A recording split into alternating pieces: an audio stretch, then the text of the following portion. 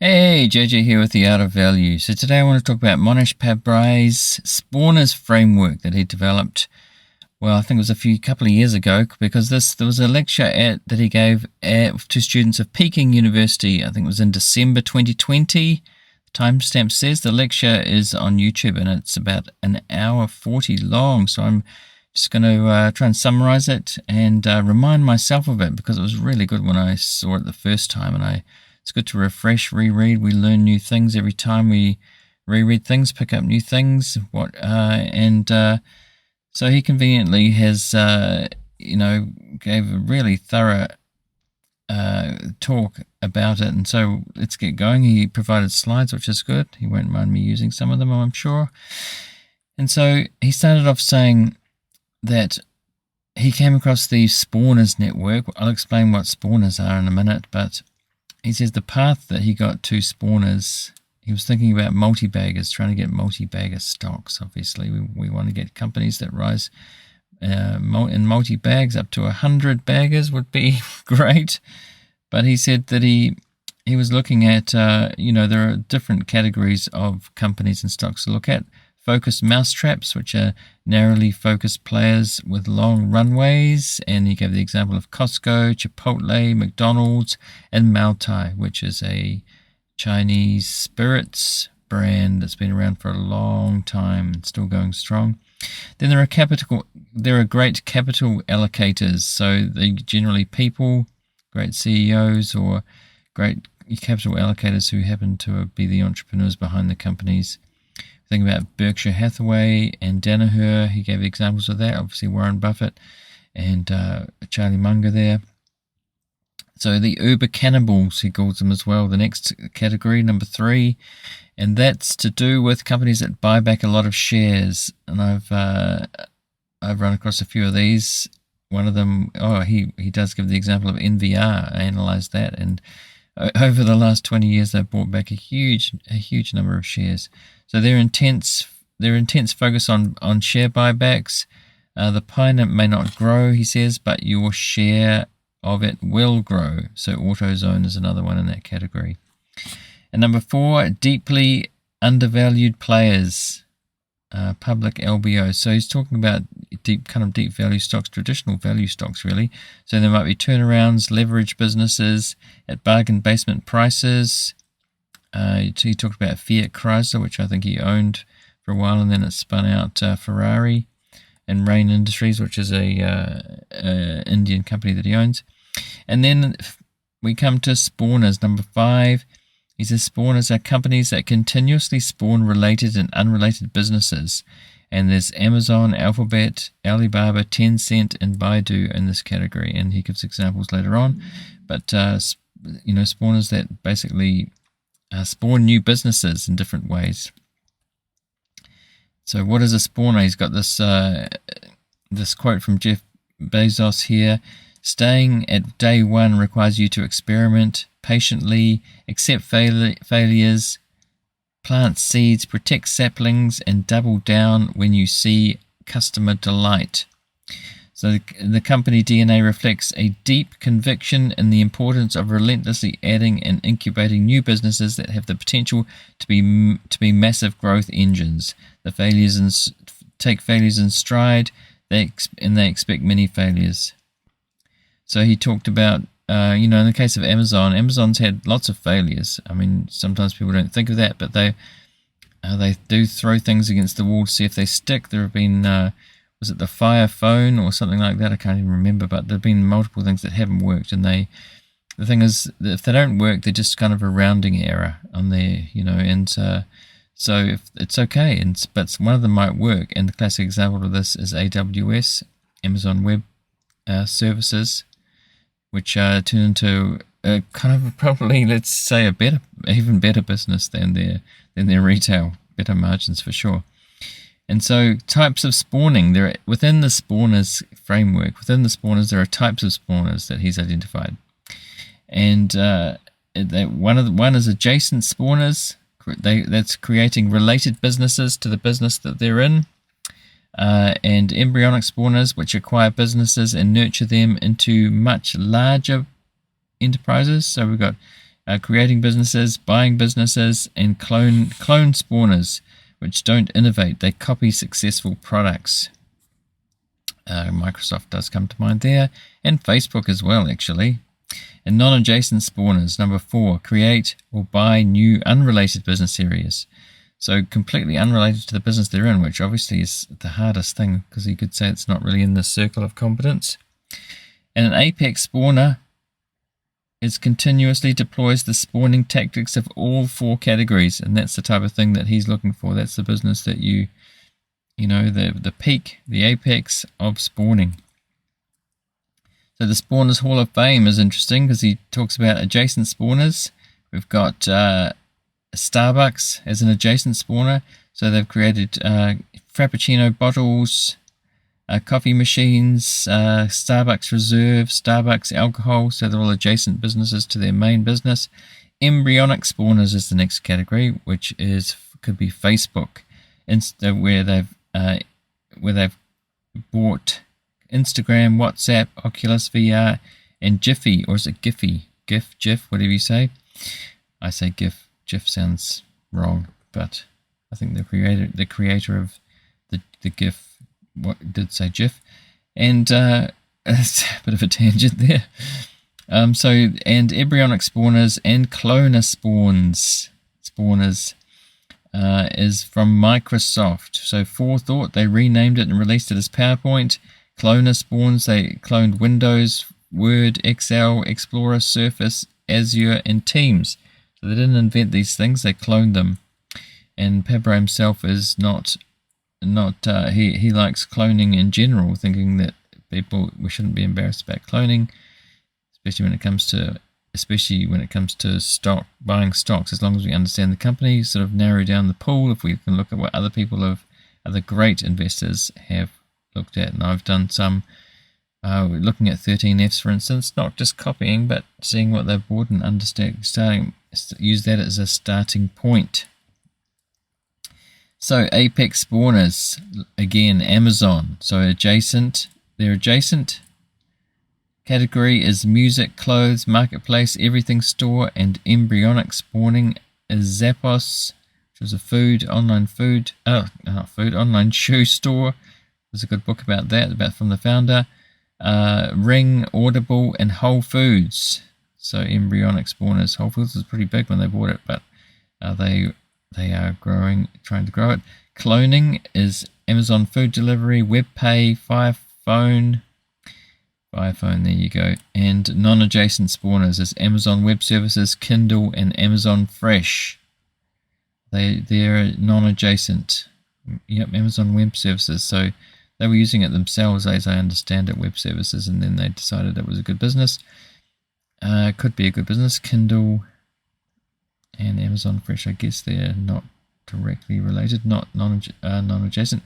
Okay, and Alphabet, which Google Alphabet, they had adjacent as Chrome web browser, embryonic as Android, YouTube, DoubleClick, Nest, DeepMind, Fitbit, etc. And cloning is Motorola and Google Plus. Didn't they buy Motorola? Anyway, non-adjacent, Google Fiber, Google Cloud, and Waymo. And lastly, Alibaba, another good example, which I do own stock of. And it's adjacent Alipay, and that's Ant Group. And embryonic spawning is Alibaba, Pictures Group, Ali Health, Auto Navi, and cloner is All Genie, T-Head, and others. And non-adjacent Alibaba Cloud, which is similar to Amazon, right? Cloud, supermarkets, and other things as well. All right, let's move on to other apex spawners. Berkshire Hathaway again. Berkshire Hathaway reinsurance is adjacent. Embryonic is Geico. As an example, cloning is 3 Insurance. Non-adjacent, Berkshire Hathaway Home Services. There's Tencent, which is Tencent Comic.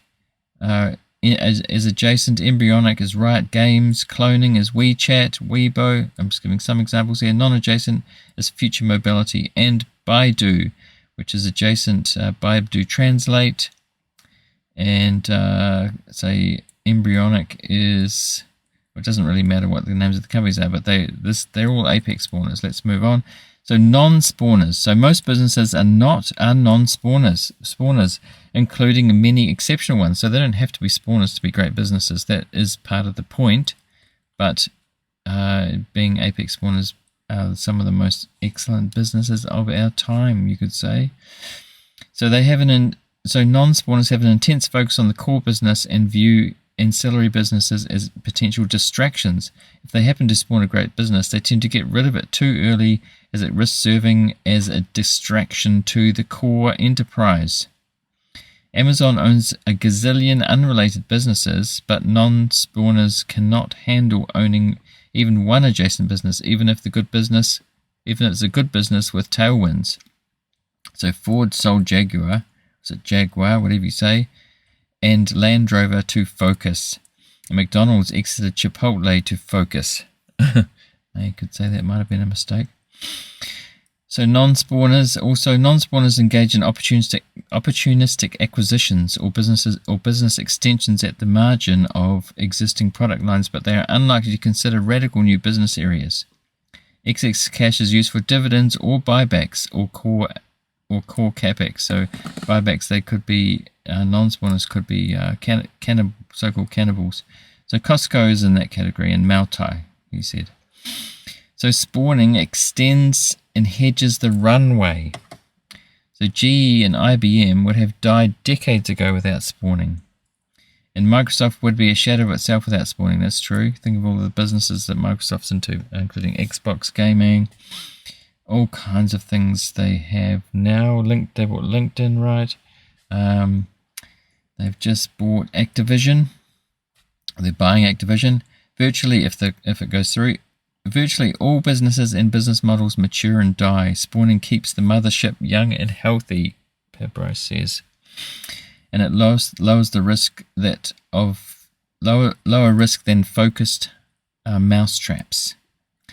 Also, he has the $50 billion rule, which I find really useful and interesting. And this led me to be much more interested in small companies, small caps, even micro caps. So the $50 billion rule is where you have to realize there were over 3,700 IPOs in the US in the last 20 years. Only 9 businesses that IPO'd in the last 20 years exceeded $100 billion market cap. So we assume that the upper limit market cap of any business you invest in will not exceed $50 billion. So if you're going to buy a $10 billion company, for instance, which isn't even a large cap, it's in the mid cap range, and you can expect that it's not going to exceed $50 billion. So do you really want to buy that, even if it's a good business? And so Pabrai's after 10 bag. He's thinking about 10 baggers in 10 years or 100 baggers in 20 years. And he says, how can a business give us 10x in 10 years? It has to go 15% a year growth. 15% a year growth is 4x, multiple doubles or triples. So an 8 to 12 bagger in 10 years. How do we get to 100 bagger in 20 years? 15% a year growth and multiple expansion is 40x. So that implies you'd want to buy it small and cheap. A few spawners will do better and become 100 baggers. So, we get from that say if you bought a business under $1 billion or well under $1 billion, and it could more easily go 10x or even 100x than something that's already a $100 billion business, for instance. Or, think about Tesla like that. Tesla bulls have had a very good run, but will it be 10 to 100x from here? It seems unlikely to be 100 anyway, and 10x is still a very big company. It's not impossible, but you never know. Pabrai spawning rules. Assume no business you invest in will ever exceed $50 billion market cap. For a 10 bagger possibilities, buy below $5 billion market cap. For 100 bagger possibilities, buy below $500 million market cap. See, that's the thing. Below 500 million, you're much more likely to be able to get a 100 bagger in the future. And if you look at the history of businesses, Does it have a strong spawning DNA? Does it have a great capital allocator at the helm? No need to make heroic assumptions. The future should be obvious from past behavior and successes or failures. Of course, some of those companies that are under 500 million haven't got a lot of history, especially if they're micro caps, even below, like 320 or like even 20 billion. So some of them don't have, and then maybe they don't have aspirations to be huge either. So set it and forget it, he says. For the individual or institution really out to make a fortune in the stock market, it can be argued every sale is a confession of error. So this is from the book by Thomas W. Phelps, author of 100 to 1 in the Stock Market, which is similar to 100 Baggers by Christopher Mayer, which I did a video on very early, not a video, an audio podcast. Is it a video? Yeah, it was one of the first videos I made about 100 Baggers, and Christopher Mayer got the idea from Thomas Phelps' book 100 to 1. So it's like an updating of that with research on companies over the last 20 or 30 years. So he also has a quote here from Nick Sleep, who was the Nomad Investment Partnership investor who invested in Costco. Just three companies, Costco, Amazon, and Berkshire Hathaway, I believe. And he said that he's recently got a fourth one, I believe I heard, through the William Green's book, Richer, Wiser, Happier, ISOS in the UK as a online apparel company, which I haven't really dived into. Nick Sleep's quote is, "The truly brilliant investors weren't investors, they were entrepreneurs that didn't sell," which is an interesting, fascinating insight when you think about that. If you think about Elon Musk, Jeff Bezos, Mark Zuckerberg, these people have substantial holdings still in their own companies, and they're running their own companies. So they're all in on one. In the case of Musk, more than one, and say Jack Dorsey, more than one. So set it and forget it. An entire portfolio composed of 5 to 10 great spawners bought at reasonable prices and below our market cap limits is likely to do very well. Easier said than done, but yeah, that would be great. I know he's talked about a museum of 10 multi-bagger stocks, of 10 baggers, 10 to 100 baggers, a museum. He wanted his portfolio to be like a museum of 10 to 100 baggers, like just 10 of them, small. So set and forget. It's not easy to screen for spawners quantitatively. It takes work to identify a great spawner early in its journey. It takes a bit more qualitative, I think. Definitely. It's a strategic approach, strategic analysis rather than quantitative. You can't just look at numbers and find these companies. A lot of value investors in particular had a problem with that with Amazon. Nick Sleep saw it, but a lot of others didn't. So it's worth the effort, he says. Not all will get to nirvana, but this approach can handle several duds. So you can make mistakes. Everybody makes mistakes. Pabrai certainly made mistakes. A couple of companies, I think, went to zero during the financial crisis, but he came back from it. But as Charlie Munger said, you have to try and avoid big mistakes. So when to get off the bus? Charlie Munger says the first rule, speaking of Charlie Munger, he says the first rule of compounding is to never interrupt it unnecessarily. So that's don't sell too early. Exit when it's absolutely clear secular decline has started. An exit at even half of peak valuation will produce great results. So set and forget. It's not exactly set and forget, is it? Because, listening to quarterly earnings calls keeps you on track to see the thesis is still on track. And there's no need to jump in and out, buy and sell. So ignore temporary headwinds. Do not interrupt your compounding engine unnecessarily. So he talks about some fake spawners of the past like IBM and GE, so watch out for them. Especially he talked about during the internet bubble, there were those. Virtually every public company will be a 100 bagger. Early 100x is usually captured by the founders while still private. Many do another 100x after the first 100, though, and Walmart has already given the Walton family more than 100x before 1970, it gave them another 20,000x after the IPO. So it's not too late. I wouldn't say it's never too late, but it's often not too late. After the IPO, the 100 baggers sometimes become 200 or more baggers. Getting in early and holding on throughout is key. Uber is likely to deliver 100x post-IPO, as it was already valued at 50. Not likely, unlikely. Uber is unlikely to deliver 100x post-IPO, as it was already valued at 50 billion at the IPO. So American companies and Silicon Valley companies are, if you notice, that they are waiting much longer to go public. So that's a problem for finding smaller ones for sure. They are often 50, especially during this last kind of bull cycle. They were pretty expensive when they IPO'd. A bit cheaper now though, most of them. All right, that's it. So that's Pabrai's Spawners framework, and I find this really interesting. I have got myself things a lot from this, and especially looking at smaller companies when in the news there's bigger companies, other investors are talking about bigger companies, and I do own some bigger companies like Micron Technology, which Pabrai owns as well, Spotify, for instance. These are big companies, but I think I don't look at them unless I think that they can go way above 50 billion to possibly 500. Really, 10x is what I'm looking at, and I think, it's not investment advice, it's just my opinion, but I think both of those have got a shot.